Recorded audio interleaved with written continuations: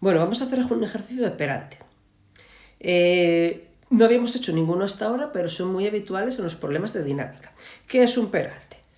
Pues un peralte consiste en lo siguiente: cuando un coche o un vehículo que sea pasa por una curva en la carretera, como consecuencia de la curva, pues aunque su velocidad en módulo permanezca constante, la dirección del vector velocidad cambia. Y como consecuencia de ello, lo que está ocurriendo es una fuerza centrípeta, como siempre con dirección radial hacia el centro de la circunferencia, que podría ocasionar que el coche se saliese de la curva. Entonces, para solucionar eso, lo que se hace es lo siguiente: lo que se hace es esta curva, a la altura de la curva, la carretera se levanta a un determinado ángulo. Y ese ángulo es el peralte. Bien, entonces lo que nos piden calcular es, para una curva de 40 metros de radio que tiene un ángulo de peralte z, que es lo que vamos a tener que calcular, determinar el valor de ese z para que, en ausencia de rozamiento, por eso pongo aquí que vale 0, el camión pueda tomar la curva sin derrapar, ¿vale? Sin que salga por aquí, a 60 kilómetros por hora. Es decir, vamos a dibujar en primer lugar el correspondiente diagrama, que en el fondo va a ser parecido a dibujar un plano inclinado. De hecho, yo lo voy a dibujar como si fuera un plano inclinado, porque lo que me interesa es la inclinación de la curva. Esto en realidad sería, ¿vale? No es una cuña de una rampa en la que suba algo, esto es una curva, pero es una curva con una inclinación, ¿vale? Como me va a molestar todo esto, voy a borrar el resto de la curva. Y entonces, aquí, haciendo uso de mis magníficas dotes artísticas, vamos a dibujar el camión y vamos a dibujar las fuerzas. Tenemos el peso que va hacia abajo y tenemos la normal como siempre, perpendicular a la superficie. Esto es perpendicular, aquí tendríamos 90 grados. Y ahora dibujamos los ejes. Entonces, como estas fuerzas no son perpendiculares entre sí, yo solo voy a poder lograr que una fuerza me caiga en uno de los ejes, la otra no va a caer en uno de los ejes, la tendré que descomponer. Bueno, pues voy a elegir que el peso esté en el eje Y y voy a dibujar el eje X de esta forma. Lo que me va a obligar con este eje Y igual es un poco cutre.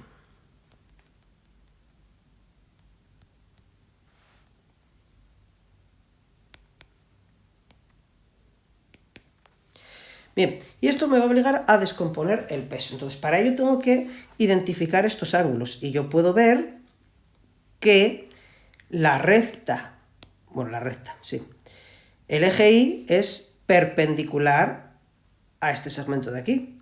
Y la normal, por definición, es perpendicular a esta superficie. Por lo tanto, este ángulo de aquí es este ángulo de aquí. Así que podemos poner que esto es Z.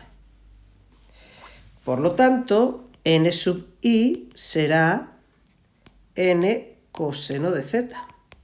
Aquí tendremos ni. Y n sub x será n seno de Z. Bien, pues ahora vamos a proceder como en cualquier otro problema de dinámica, suma de fuerzas en cada eje. Vamos con la suma de fuerzas en el eje Y. En el eje Y la suma de fuerzas es evidente que es 0, porque en el eje Y no se mueve, no está dando botes así, boing, boing, boing, no lo hace.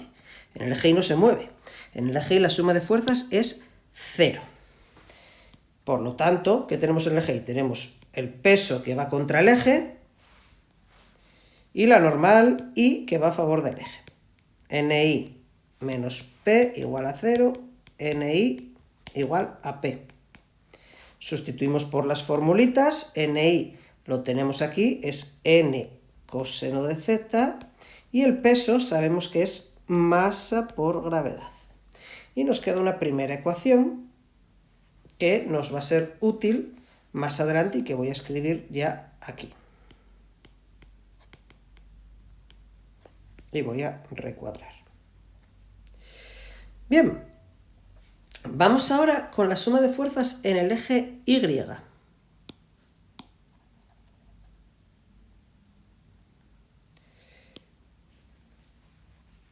A ver, ¿qué os parece esto? Si lo que estoy diciendo es correcto. Suma de fuerzas en el eje Y igual a 0, ¿verdad? Porque en el eje Y no, si la velocidad es constante, la velocidad es 60 km/h todo el tiempo, entonces la velocidad es constante, así que como la velocidad es constante, la aceleración es 0, ¿verdad? Entonces, pues claramente suma de fuerzas en Y, 0.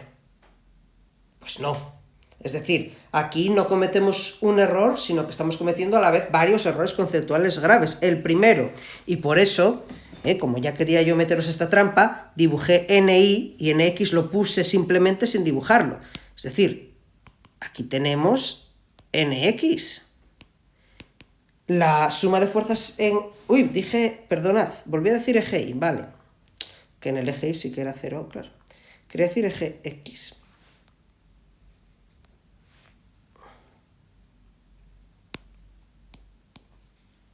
¿Vale? Quería decir en el eje X, ahí es donde quería haceros la trampa, porque en el eje Y sí que es 0. ¿Vale? Si decimos en el eje X velocidad constante, por lo tanto aceleración 0, pues cometemos dos errores. El primero, fijaos que la única fuerza que hay en el eje X, ahora lo vemos, es NX. NX no tiene nadie que la compense, es una fuerza descompensada, y ya está, solo por eso, o la normal es 0, y no lo es, vamos, no tendría sentido ya nada de esto, o es imposible que la suma de fuerzas en X sea 0. Segundo error que estamos cometiendo, ¿cómo que V constante ya igual a 0? ¿No habíamos dicho e hicimos el dibujo hace un momento que por tener una curva el vector velocidad estaba cambiando de dirección todo el tiempo? Ah, entonces lo que es constante es el módulo de la velocidad, pero el vector velocidad no es constante. Y si el vector velocidad no es constante, entonces existe una aceleración no nula. ¿Qué aceleración es esa? ¿Qué aceleración es la que mantiene constante el módulo de la velocidad pero varía su dirección? Es la aceleración centrípeta. Entonces, lo que tenemos aquí es que la suma de fuerzas en el eje X será no igual a 0, sino igual a masa por aceleración. ¿Pero qué aceleración? La centrípeta. ¿Y qué fuerzas tenemos en el eje X? Tenemos que NX es igual ahora a masa por aceleración centrípeta. Fijaos, ¿qué significa esto? Esto significa que NX, ¿quién es? NX es una fuerza, es la fuerza centrípeta. La normal en el eje X es la propia fuerza centrípeta, es la que está provocando que el cuerpo varíe la dirección del vector velocidad. Es la normal en el eje X la que lo está haciendo. Es la conclusión a la que hemos llegado porque efectivamente es masa por aceleración centrípeta, pero es que además es la única fuerza que actúa y que provoca aceleración, las demás están compensadas. O sea que la normal en el eje X es, en este caso, una fuerza centrípeta. Bueno, pues la expresión de NX la tenemos aquí, así que sustituyo n por el seno del ángulo es igual a ¿quién? A masa por, ¿cómo es la fórmula de la aceleración centrípeta? V cuadrado partido por R. Pues ya tenemos una segunda ecuación. Y con estas dos ecuaciones que tengo recuadradas es con las que voy a resolver el problema, ya puedo resolver el sistema. Lo podemos hacer por sustitución, pero es mucho más fácil, es mucho más fácil, porque podría, por ejemplo, en esta ecuación sacar el valor de n, me quedaría n en función del coseno del ángulo y de mg, sustituir aquí, y llegaría a la solución, pero es mucho más fácil si nos damos cuenta y dividimos una ecuación entre la otra. Entonces, es lo que voy a hacer.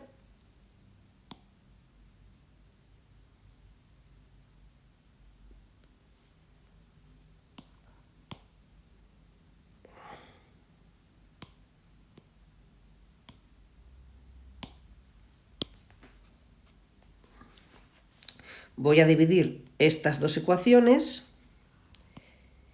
y como veo un seno y un coseno y ya veo que me va a salir una tangente, voy a tener la inteligencia de dividir poniendo arriba el seno.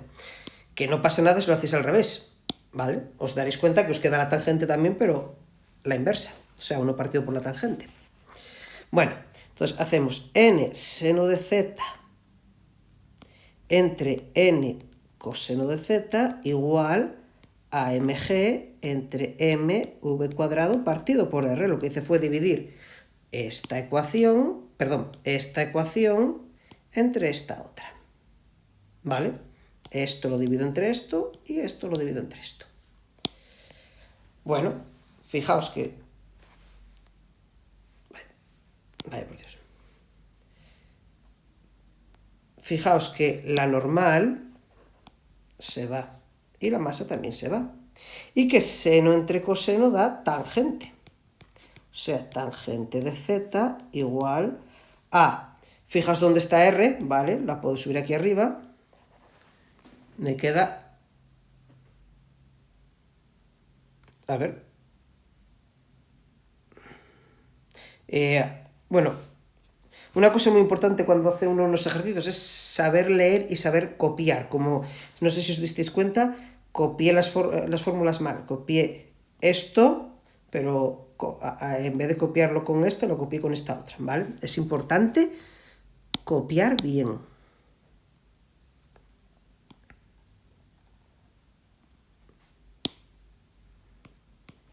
En fin. Bueno, entonces en realidad es mv cuadrado partido por r entre mg. Y las masas se van. Ahora sí. Entonces, fijaos que nos queda tangente de z igual, esta r, daos cuenta que la puedo poner aquí, v cuadrado partido por rg. O sea que el ángulo que nos piden es el arco cuya tangente vale v cuadrado entre rg. Y ahora ya simplemente tenemos que sustituir. Entonces, a ver, voy a ir haciendo cosas y me decís si me equivoco en algo. Por ejemplo, tenemos la velocidad, entonces es 60 kilómetros hora entre 40 metros. Bueno, no sigo porque supongo que ya os disteis cuenta ya de que 60 kilómetros hora, no, esto voy a tener que pasarlo a metros por segundo, ¿vale? Bueno, pues lo hago aquí. 60 kilómetros hora por 1 kilómetro son 10 a la 3 metros. 1 hora son 3.600 segundos. Y me queda 16,67, me queda 16,6 periódico, metros por segundo. Vale. Bien, lo pongo aquí. Me comía ya el arco tangente. Arco tangente de... Mirad a ver si lo estoy haciendo bien, ¿vale? Vale, venga. 16,67 metros por segundo entre R, que son 40 metros, y porque me lo decía aquí arriba, ¿verdad? Y la gravedad, que son 9,8 metros segundo cuadrado. Y entonces, como puse las unidades y voy a operar correctamente con ellas, pues al operar con las unidades, ¿qué me encuentro? Se me va el metro con el metro, el cuadrado con el segundo, y la liamos. Esto no queda dimensional, no puedo hacer la arco tangente, algo hice mal. ¿Qué hice mal? Bueno, pues supongo que ya os habríais dado cuenta, porque no, ya sabéis que cuando os digo que vigiléis lo que hago es porque suelo cometer a propósito algún error, y espero que ya estéis todos allí diciendo que evidentemente aquí me comí el cuadrado. Es un error muy típico, ¿vale? Toda la demostración muy bien, llegamos aquí, empezamos a comer los cuadrados y raíces. Pero aquí, por el mero hecho de haber trabajado con las unidades, me doy cuenta de que me equivoqué, ¿vale? Otro error muy típico es que pongamos el cuadrado y no lo metamos en la calculadora, pero eso ya... Bien, ahora sí, porque si os dais cuenta, este metro, al estar al cuadrado, se va con estos 2 metros, y este segundo cuadrado se va con este segundo. Entonces, voy a hacer la cuenta con la calculadora a ver qué me sale. Y al hacerlo, me sale un número pequeño, diminuto, 0, no sé cuánto. Que para un peralte, para un ángulo que pretendemos levantar una carretera, es nada. Si hay que levantarlo a un ángulo tan pequeño, no merece la pena ni levantarlo, quiero decir. La propia rugosidad de la carretera es es mayor. Bueno, pues aquí me equivoqué en algo. Tengo que pensar en qué me equivoqué porque sí, es verdad que lo importante es el procedimiento y que no, los errores de cálculo no son lo importante, pero claro, cuando el error de cálculo me lleva a algo que no tiene sentido, ahí tenemos un problema. Bueno, pues otro error muy típico. Ojo con si estamos con razones trigonométricas, si la calculadora la tenemos en radianes, en grados o en qué. Si la tenemos en radianes, aquí es cuando me sale este número tan pequeñito, pero si lo hacemos en grados, pues en vez de eso sale arcotangente de 16,67 al cuadrado entre 40 por 9,8, 35,3 grados, que ya es un resultado mucho más razonable. Bueno, pues esta es la solución. El ángulo queda, el peralte es de 35,3 grados, el que hace falta para que el camión no se salga. En el libro os pone, fíjate que el ángulo del peralte es independiente de la masa del vehículo, efectivamente, y si no, menos mal, porque entonces tendríamos que tener una carretera para cada tipo de coche. Si para peraltar hubiera que tener en cuenta la masa del vehículo, teníamos un problema, porque no es lo mismo una moto que un coche que un camión. Pero, como veis, aquí pues se nos fue la masa, ¿vale? Se fue ya en esta etapa. Bueno, pues si entendimos este ejercicio, lo siguiente que quiero que hagáis es leer las páginas. Un momento, que lo tengo aquí apuntado.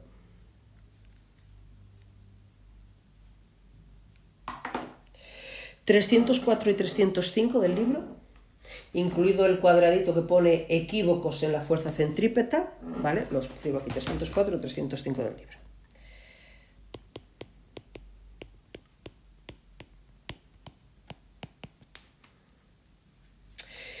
Y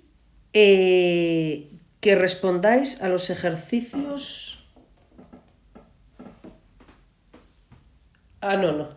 Aquí es... no, que hagáis un resumen, eso es. Y que hagáis un resumen... Pero es un resumen, porque es simplemente para que condenséis esto y entendáis lo que viene aquí. Es decir, estos son en el libro 2 páginas y yo quiero que cuando lo resumáis quede poco, o sea, como referencia de tamaño, si lo hicierais a ordenador, que no hace falta, que fuese algo así como media cara en letra Arial 11, ¿vale? No una cosa... No se trata de que copiéis esto, se trata de que lo leáis y una vez leído digáis, vale, que entendí esto, lo ponéis por escrito, resumido y ya está. ¿Vale? Que es sobre algo que ya habíamos comentado en clase, de hecho hay algún ejemplo parecido, el del autobús, el tema de las fuerzas de inercia. ¿Vale? Además, como supongo que el viernes no vais a venir, pues aprovecháis para leer y hacer el resumen.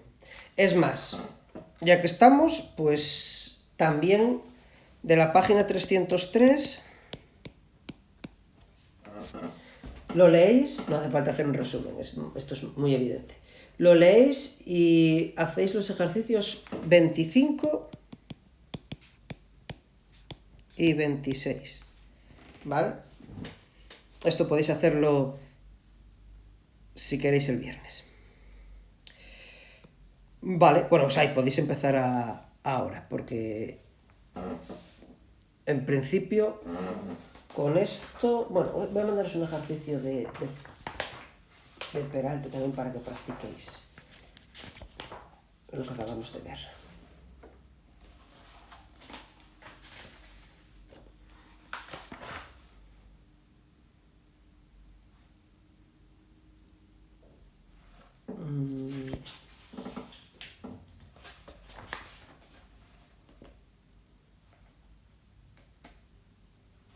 Pensé que encontraría alguno por el libro, pero el propio libro que explica esto solo los pone resueltos.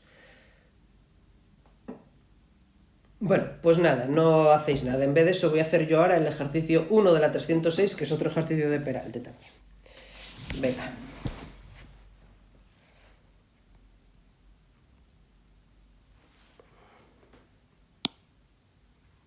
Bueno, no hacéis nada, no. Esto que apunté aquí sí, acordaos.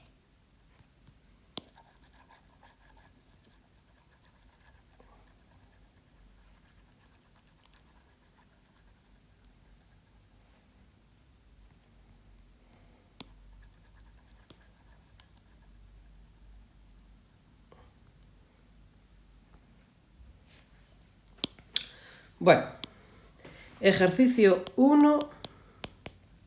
Uy, en blanco, mejor. Ejercicio 1 de la página 306. Dice, deduce una expresión para calcular el valor máximo de velocidad a la que un vehículo puede tomar una curva de radio R sin derrapar. Esto es muy importante, por ejemplo, en la educación vial. Es decir, si no hubiera peralte, pues vamos a ver cuál sería la velocidad a la que podríamos pasar por una curva sin derrapar. Sería interesante, y el ejercicio no lo propone, pero os lo propongo yo, que luego lo repitamos para una curva en la que además hay un peralte con un ángulo Z. Bueno, empezamos con lo que propone el propio libro y lo que tenemos es pues una curva y aquí hay un coche o por lo visto una montera picona con ruedas. Bueno,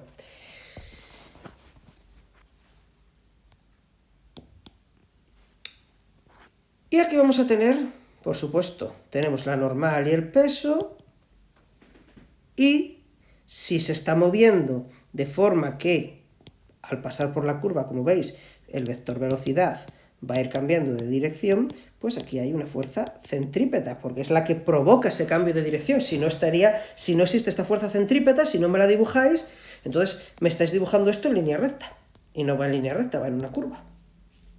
¿Vale? Recordad que la fuerza centrípeta es la que precisamente lo que hace es coger a la velocidad, engancharla aquí y decir tú para abajo, vale, venga, pues voy para abajo. Y cuando está aquí la vuelve a enganchar y dice tú para acá y dice vale, venga, pues voy para allá. Y como consecuencia de eso, de que esa fuerza centrípeta siempre tira hacia el centro de la circunferencia, la velocidad es un vector que es tangente a la circunferencia en cada punto, porque cuando está aquí la agarra y dice hacia adentro, vale, pues hacia adentro. Y así sucesivamente, ¿vale?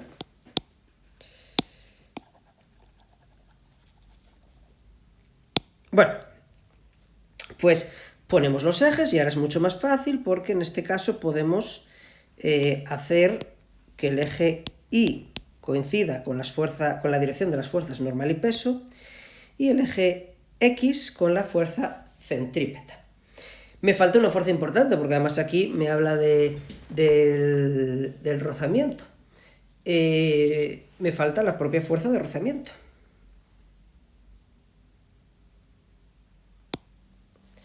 Entonces, vamos a dibujar la fuerza de rozamiento. Y la pregunta ahora es, ¿dónde dibujo yo la fuerza de rozamiento?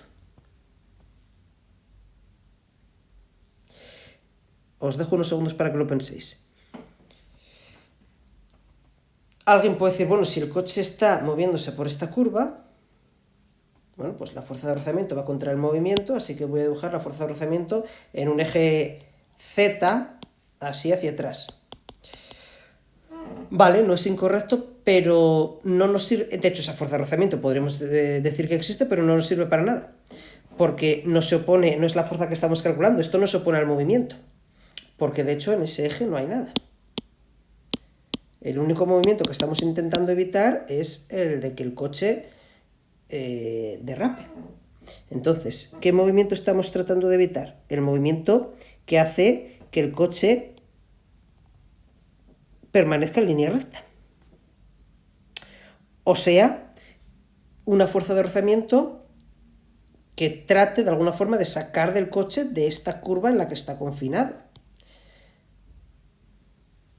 Por lo tanto, esa fuerza de rozamiento tiene que tener la misma dirección que tiene la fuerza centrípeta, ¿vale? Es decir, la dirección sería esta. Sentido. Bueno, podríamos suponer que si la fuerza centrípeta va hacia adentro, podemos suponer el sentido de la fuerza de rozamiento hacia aquí. ¿Vale? Es una forma de verlo. También podríamos suponer que si el objetivo, o sea, si el coche lo que tiende es a moverse así, y la fuerza de rozamiento se opone a ese movimiento, entonces deberíamos dibujarla precisamente en sentido contrario, hacia aquí. Bueno, nos puede entrar la duda. Truco. Bueno, primero, recordad, la fuerza de rozamiento por definición es contra el movimiento, no tanto contra las fuerzas. Entonces, si razonéis un poco eso, veréis que la respuesta correcta es esta, es decir, el coche se trata de mover hacia aquí, lo que hay es una componente que lo llevaría hacia aquí en el eje X, entonces la tengo que dibujar en ese eje X hacia aquí. Pero si no, no pasa nada. La dibujáis en el otro sentido, en el que os dé la gana. Y si os equivocasteis, pues lo que os va a salir es pues que esa fuerza es negativa. Y si esa fuerza es negativa es que es la misma pero dibujada en el otro sentido. Bueno, en este caso yo la voy a dibujar ya así. Y entonces tenemos suma de fuerzas en el eje Y, 0. Por el mismo motivo que antes. O sea que la normal es igual al peso igual a masa por gravedad. Venga, normal igual a mg. Suma de fuerzas en el eje Y. En el eje Y tenemos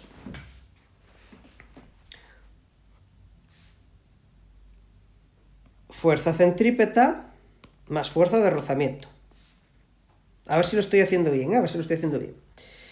Y entonces, en el eje X, por el mismo motivo que decíamos antes, en el eje X hay masa, como en el otro ejercicio, ¿verdad? Por aceleración como aceleración centrípeta, porque está variando la velocidad así. O sea que me queda esto, fuerza centrípeta más fuerza de rozamiento, masa por aceleración centrípeta. ¡Uy! Pero esto no tiene sentido, porque esto, masa por aceleración centrípeta, esto ya es la fuerza centrípeta. ¿Por qué tengo dos fuerzas centrípetas? Ah, porque no tengo dos fuerzas centrípetas. Yo, porque es lo primero que vais a hacer cuando veis una curva, os hice poner aquí esta fuerza centrípeta, alegremente, que me inventé yo. ¿De dónde salió esa fuerza centrípeta? Yo dije, bueno, como cambia la velocidad, tiene que haber una fuerza centrípeta. Sí, claro, tiene que haberla, pero dibujé lo que me dio a mí la gana. ¿En el otro ejercicio visteis que yo hiciera eso? No. En el otro ejercicio la fuerza centrípeta apareció sola, y aquí también. Aquí también aparece automáticamente. Esta fuerza centrípeta, si yo no la dibujo, porque no me hace falta, y dibujo aquí el rozamiento, y entonces aquí, ¿qué haría? Aquí haría, volví a poner eje Y en los dos, por cierto. Suma de fuerzas en el eje X. La suma de fuerzas en el eje X, ¿qué hay? ¿Hay aceleración? Sí. En el eje X es justo donde hay una aceleración centrípeta, ¿vale? Porque es la que está provocando la variación de la dirección de la velocidad, es la que tira de la velocidad hacia adentro, hacia el radio, hacia el centro de la circunferencia. O sea que hay masa por aceleración como aceleración centrípeta. ¿Y qué fuerzas hay en el eje X? Solamente una, por cierto, borré el eje X al borrar aquí antes. Solamente hay una fuerza en el eje X, que es la propia fuerza de rozamiento. Ah, o sea que la fuerza de rozamiento era la aceleración centrípeta todo este tiempo. Sí, la fuerza de rozamiento es la que provoca el cambio de dirección. Es decir, la fuerza de rozamiento es la aceleración centrípeta. Bueno, pues si la fuerza de rozamiento es la aceleración centrípeta, sabemos que la fuerza de rozamiento es mu por la normal. Y la normal la tenemos aquí. Mu por la normal igual a masa por aceleración centrípeta, me queda mu por mg igual a masa por, como es la fórmula de la aceleración centrípeta, v cuadrado entre r. Se me van las masas. Bien, pues lo que nos pedía era calcular precisamente la velocidad. Podemos de aquí ya despejar. R pasa multiplicando, R mu g, y ojo, bueno, vamos a dejarlo así. Ya terminé de despejar, ¿vale? Lo hice muy bien porque soy estupendo. Y si me pongo a sustituir, espero que os deis cuenta de que cuando ponga las unidades, aquí claro, es que no hay siquiera unidades, no voy a sustituir números, no hay cantidades numéricas. Por eso, para evitar confundirme, es muy conveniente hacer el análisis dimensional, aunque no haya datos. Voy a hacer el análisis dimensional, porque igual me equivoqué al despejar, ¿eh? Entonces, estos son metros, esto sabemos que nada, es adimensional, y la gravedad, metros segundo cuadrado. Entonces me queda metro cuadrado segundo cuadrado, meca. Pero esto no son unidades de velocidad. Algo tuve que hacer mal. ¿Qué hice mal? Ah, el cuadradín de las narices. ¿vale? Cuidado con esto, errores muy típicos y que se pueden evitar, o sea, podemos confundirnos al operar, pero estos errores, aunque nos confundamos, son fáciles de detectar si tenemos en cuenta el análisis dimensional, ¿vale? Quedaría raíz de mu gr. Y esta es la expresión de la velocidad a la que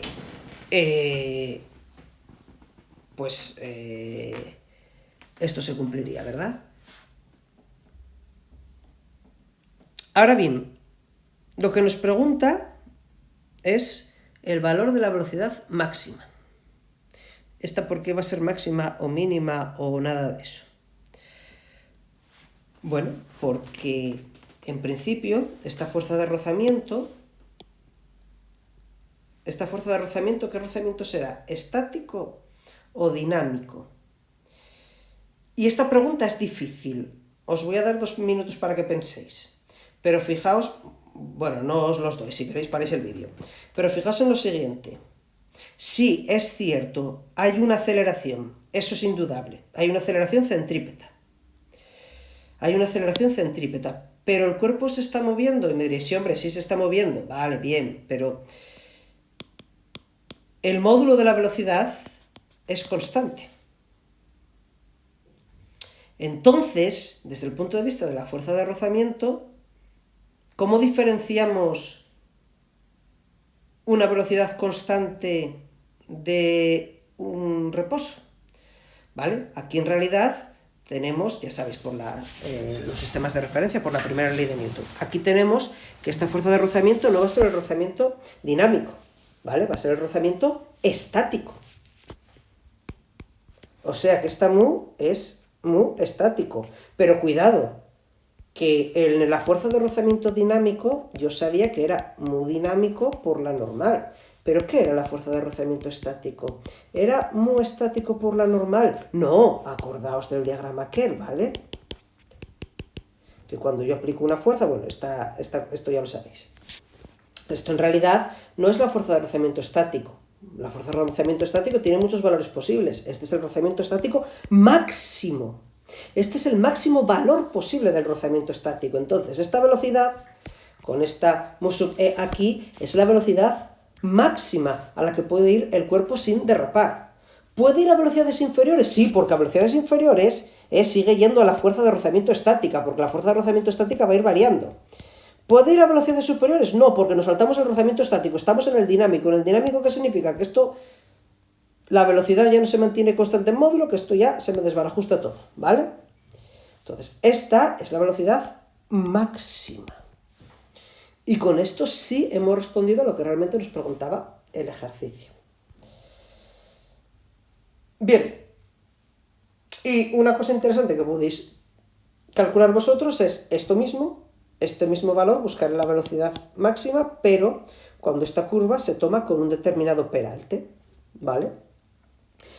Y si lo hacéis, y os recomiendo que lo hagáis, y lo podemos examinar y corregir en clase cuando vuelva, vais a ver, bueno, pues algo interesante, ¿no? Como, bueno, un determinado el peralte está muy bien, sí, pero si tú al final vas a 500 por hora, por mucho peralte que haya, la curva te sentencia, ¿vale? Bueno, pues con esto, y acordaos de lo que os mandé a hacer, lo que tenéis que leer y las actividades que tenéis que hacer, con esto damos por terminada la clase.